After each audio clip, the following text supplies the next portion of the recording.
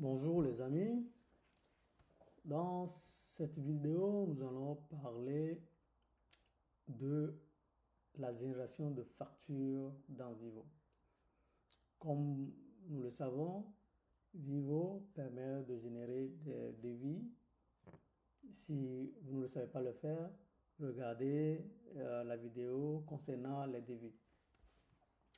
Dans cette vidéo, nous allons regarder ensemble comment créer les factures. Et donc, créer la facture, envoyer la facture au client, ajouter des paiements à la facture, euh, ajouter une date de validité de la facture, ajouter les remises et tout ce qu'on peut avoir sur une facture et bien sûr pouvoir imprimer la facture. Et donc, dans Vivo, une facture et une vente sont interchangeables. Donc, nous allons voir que dans le tableau de bord, nous parlons de vente. Ça fait le nombre de ventes ici, c'est le nombre de factures générées dans la période. Alors, pour entrer pour créer la facture, on vient dans vente et on ajoute une nouvelle vente. Évidemment, on choisit toujours notre client. Aujourd'hui, nous allons changer le client. On choisit ce client et vous allez voir que là, on a toujours notre logique. Soit on peut créer une facture libre, c'est-à-dire c'est en créant la facture qu'on met les lignes de la facture avec les informations qu'on veut. Soit on peut créer une facture de produit. Ça, ce sont les produits. On a déjà parlé de la différence entre un produit, un service et un abonnement dans la philosophie de Vivo.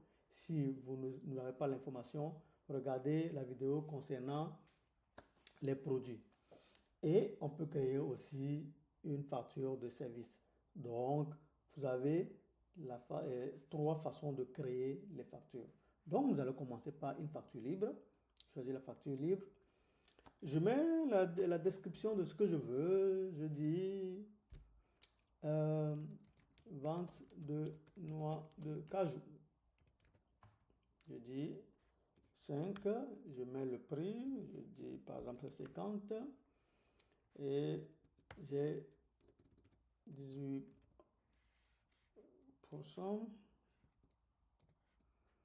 pour le taux de taxe. Ah bon, il a changé. 18% pour le taux de taxe. Et pour que ça soit pris en compte, il faut toujours que j'ajoute. Là, il me met l'aperçu, mais je n'ai pas encore ajouté. J'ajoute et c'est là que tout commence. Et là, je viens d'avoir ma ligne de facture. Donc, j'ai l'information pour cette facture. Et donc, si je veux ajouter une nouvelle ligne, j'ajoute une nouvelle ligne. Je dis vente de fruits rouges de quantité à 10. À 10. Et je peux dire, sur ça, il n'y a pas de taxe. Donc, j'ajoute. Et là, il n'y a pas de taxe. Tout est là. Et donc, il m'a ajouté les deux informations. Tout est bon. Il me fait le calcul. Il me dit le calcul. Si je veux une date, je veux ajouter une date d'échéance. Je peux mettre la date. Si la facture a été générée à une autre date et que peut-être je n'ai pas eu accès au système et que je veux mettre la bonne date, je peux mettre la bonne date. Sinon, je laisse la date en cours. Le détail ici est important. Le détail va s'afficher sur la facture qu'on va envoyer au client. Mais la note interne est une note qui ne sera pas envoyée au client, mais qui sera dans le dossier du client. On va appeler le dossier du client la page du client, où on va pouvoir euh, voir les informations. Quand on clique sur la facture, on peut voir cette information. Ça peut être une information, peut-être j'ai ajouté une remise, donc j'ajoute l'information pourquoi j'ai ajouté une remise. Peut-être j'ai eu une négociation avec le client, je mets l'information pour que l'information soit restée. Et donc, La facture peut être payée de façon, pas peut-être tout aujourd'hui, mais peut-être payée euh, par mois, par échéance. Et donc, on peut ajouter une entente de paiement. Et donc là, quand j'ajoute une attente de paiement, là, je peux dire que, OK, cette facture sera payée. Et donc, selon l'attente de paiement que j'aurai mise, le système va calculer les paiements et tout le reste. Je peux aussi dire que ma facture doit inclure que je veux, la facture est payée en même temps. Supposons que quelqu'un est venu et la personne a payé directement. Donc, je peux ajouter je peux inclure le paiement. On va faire on va créer une autre facture, on va ajouter on va inclure le paiement. Je peux ajouter la remise, on peut faire un test, j'ajoute la remise, je dis ok, c'est quoi la remise, je peux dire ok, je fais, c'est un montant, après discussion, on a fait une remise de par exemple 50, voilà. Et donc il enlève, il me dit voilà ce qu'il faut. Et donc j'ai toutes les informations. Quand je finis de créer, je peux dire ok, je veux que la facture soit envoyée par message. Et là, le système va me demander, ok, je veux que ça soit envoyé par WhatsApp ou par email. Et comme je n'ai pas fait de paiement, alors il n'y aura pas de facture de paiement le reçu ne sera pas envoyé. Et donc là, je viens de mettre à jour, de créer ma facture. Et donc, je peux maintenant cliquer sur enregistrer. Et là, c'est fini. Ma facture est enregistrée et ma vente a été enregistrée ainsi. On avait vu là, maintenant, quand on retourne sur le tableau de bord, je vais retourner sur le tableau de bord, et vous allez voir que le nombre de ventes a changé. Le nombre de ventes a changé. On a 7 ventes. Et quand je vais par exemple dans vente, liste des ventes, je dois retrouver la vente qui vient d'être effectuée. Si je change la date, je vais voir, voilà la date qu'on vient d'avoir avec ce paiement. Et la vente a été faite à Spero et on a tout ce qu'il faut pour la vente. Et là, je peux par exemple cliquer là. Et donc, ça fait j'ai le détail. J'ai le détail, ce que j'ai mis, le détail, les taxes, tout. Et je peux imprimer ma facture comme ça. La facture est imprimée, tranquille. Avec le logo, les informations. Et là, le système me dit que la facture est impayée. La facture est impayée, effectivement, la facture n'a pas encore été payée. Et donc, je reviens là. Et je peux, si je veux, je peux venir ajouter une entente de paiement. Là, je clique là-dessus. Il me demande ce que je veux mettre comme entente de paiement. Je peux venir mettre l'entente de paiement. Mais on va parler de paiement et des ententes de paiement dans une autre vidéo. Et là, si j'avais fait des paiements dessus, je peux voir. Si je veux annuler, je peux l'annuler. Donc, naturellement, quand on voit ce petit bonhomme, ça veut dire que on veut rentrer dans le compte de la page du client. Donc, je clique là-dessus, je vois le client et bingo, cette facture va se retrouver dans les achats à régler de notre client. Dans les achats à régler de notre client. Et bien sûr, on peut ajouter le paiement. On clique ici, on peut voir les informations les informations de la facture, le montant à la taxe, rien n'a été payé, et donc le système nous donne le montant dû. Je peux cliquer ici pour envoyer la facture au client. Peut-être que le client dit oui, j'ai pas reçu ma facture. Alors, je peux cliquer dessus et j'envoie la facture à mon client. Donc, soit je peux l'envoyer par là, je peux venir l'envoyer aussi par ici. Tout dépend. Je peux toujours l'annuler quand la facture n'a pas encore été payée. Tout dépend. Si je clique là-dessus, il va me demander pourquoi je vais l'annuler. Je dois donner les informations avant de l'annuler. Nous continuons. Nous allons faire maintenant une facture de... Je vais choisir un autre client. Par exemple, lui. Et je vais créer une facture de produit. Et donc là, si je veux choisir le produit par code barre, je clique là-dessus. Il va m'afficher l'information de code barre et je vais la voir. Donc, sinon, je choisis le, le, le, le, le produit, je mets la quantité, je mets la quantité de mon produit et je clique toujours sur ajouter. Et c'est à ce moment que il va me donner l'information sur le produit sélectionné. Si je sélectionne un autre produit, il va aussi ajouter l'information sur le produit. Et bingo, ici, on va faire un exemple, on va ajouter le paiement. Et on va dire que tout le montant a été payé. Et là, il va me demander d'envoyer le message de paiement. Je peux dire, je veux envoyer le message de la facture et je vais aussi envoyer le reçu.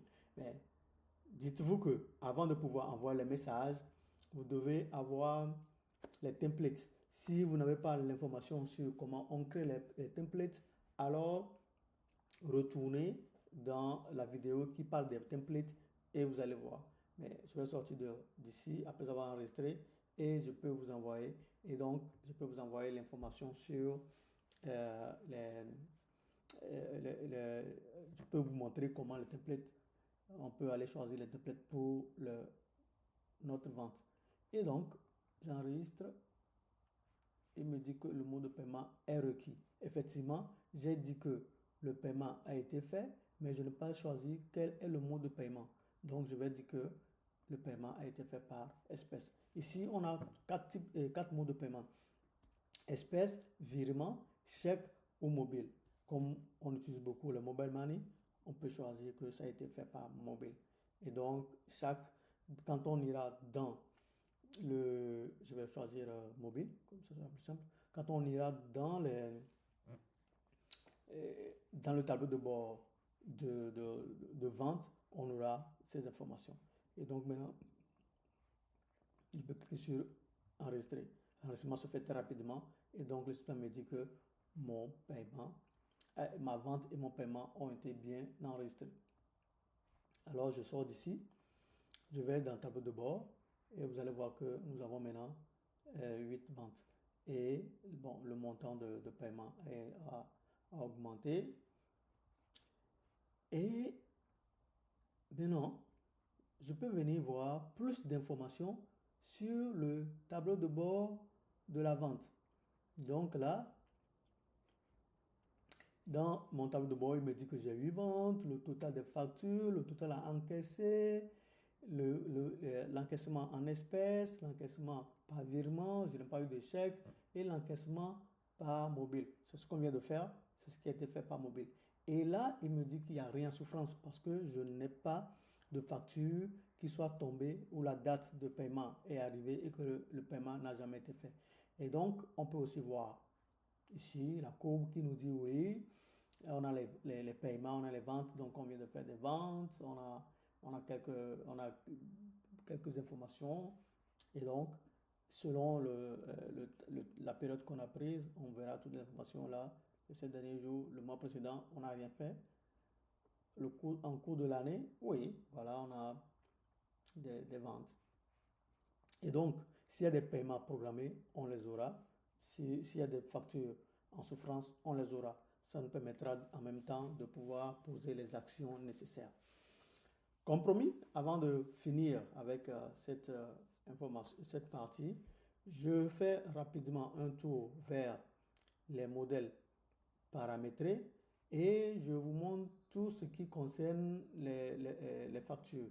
Donc nous avons la facture création, paiement reçu, facture rappel, facture relance, et bon, on a les devis aussi. Et donc, dans une autre vidéo, je vous parlerai des rappels et des relances. Donc, on a fini avec la vente. Bon, et là, là, on a toutes les informations sur, je peux toujours ajuster. Là, le paiement a été fait. Donc, le statut est passé en payé. Et vous voyez que je ne peux plus ajouter ni d'entente de paiement, ni de paiement puisque la totalité a été payée. Je ne peux non plus supprimer là une facture qui a été déjà payée. Je peux, par contre,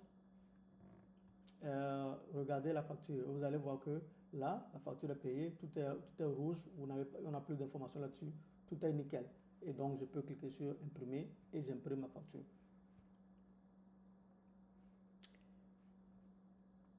Donc, bon, on a parlé des tableaux de bord, on a parlé des tableaux de bord de vente. On peut retrouver les mêmes informations dans le grand tableau, sur le grand tableau de bord avec les, les paiements en retard, les expirations et tout le reste. Voilà, voilà qui clôt notre vidéo sur les factures ou la vente. Donc, il faut avoir en tête que nous pouvons générer des factures pour des factures libres, des factures de produits, des factures de services. Nous pouvons ajouter le paiement en créant la facture. Nous pouvons ajouter une entente de paiement en ajoutant la facture. Et donc, tout ceci pour pouvoir, sans oublier que nous pouvons envoyer la facture directement par WhatsApp ou par mail à notre client, bien sûr si on a les templates qui sont déjà bien configurés. Donc on prépare, vous aurez dans une autre vidéo, vous aurez des exemples de templates à utiliser et donc vous allez juste choisir les exemples et on peut avancer là-dessus. Merci et on se retrouve dans une prochaine vidéo.